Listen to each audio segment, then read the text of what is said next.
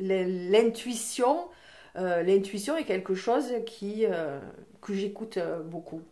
Et en ayant fait la psychogénéalogie, on est aussi sur ces intuitions et on est à l'écoute, on est attentif à certaines choses. Par exemple, en psychogénéalogie, on travaille sur les dates et, et donc quand on consulte une psychogénéalogiste, elle nous demande des dates de naissance, de mariage, de la fratrie ou des parents, pour essayer de comprendre. Alors, ça peut paraître un peu farfelu, hein, mais ce qui est hallucinant, c'est qu'il y a des dates qui ressortent. Et donc, par exemple, moi qui suis née un 14 mai, mon arrière-grand-mère est morte un 14 mai. Mon arrière-grand-mère, la mère de ma grand-mère, du côté paternel, est morte un 14 mai. J'ai appris mon cancer le 18 septembre, c'était la date de naissance de mon fils. J'ai été opérée quand on m'a proposé la date de la tumorectomie, on m'a proposé le 14 mai. Donc j'ai éclaté de rire, j'ai dit au chirurgien, ah mais vous pouvez pas faire mieux, je passerai mon anniversaire au bloc. Alors il me dit, bah écoutez, si vous voulez, on change de date. Je fais, non, non, non, non. J'avais fait la psychogénéalogie, je fais, ah non, non, on change pas. On reste sur cette date. Et je m'étais promis pendant toute ma maladie, parce qu'il faut garder des idées positives, donc pour se donner des buts, pour tenir le coup. Quand tout ça c'est fini, mais je fais une fiesta, mais alors du feu de Dieu. Et donc là, j'apprends que mon dernier IRM est très bon, que tout va bien. Alors j'ai dit, ben voilà, maintenant je peux envisager de faire une soirée. Donc je la ferai en septembre. Et donc je regarde le calendrier de septembre. Et en septembre, le 18 septembre, la date d'anniversaire de mon fils, c'est un samedi. Donc je suis arrivée à la maison, je fais, bon voilà, ça y est, j'ai la date de la soirée, samedi 18 septembre. Alors mon mari n'est pas content parce que la chasse aura repris. Alors il me dit, ah oui non mais moi samedi à septembre, t'as tout l'été, tu peux pas la faire dans l'été ta soirée. Je fais, ah non, la soirée je la ferai le 18 septembre. Et les intuitions c'est pareil. J'ai maintenant, je suis un peu plus attentive à l'écoute de ce sixième sens, cet autre sens là qui te dit, mais si, va là, c'est le bon truc, c'est vers ça qu'il faut tendre. Même si tout le monde te dit, bon non, c'est pas ça.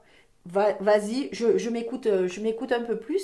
Et je dis, mais voyez, j'avais raison. Il faut aller vers là. Et c'est très important parce qu'on est du coup, on est plus dans la création et c'est les émotions aussi qui parlent.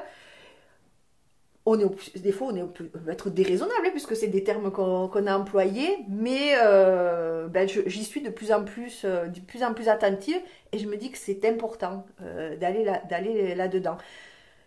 J'ai écouté un reportage sur les enfants à haut potentiel intellectuel, et c'est ce qu'on dit, c'est que ce sont souvent des hypersensibles, hyper émotifs, et qu'ils ne savent pas comment ils trouvent le résultat d'un problème, mais ils ont la solution. Mais parce qu'en fait, ils ont plein d'intuitions qui leur viennent et les choses se connectent chez eux beaucoup plus vite et ils trouvent la solution. Alors ça peut paraître chez ceux qui n'ont pas ces capacités-là, disons, mais c'est complètement fou, c'est pas ça. Mais je pense qu'il faudrait on apprenne à être plus attentif à toutes ces intuitions et à être moins formaté, et on s'emporterait peut-être un peu mieux d'écouter, de nous écouter ou d'écouter les intuitions des autres.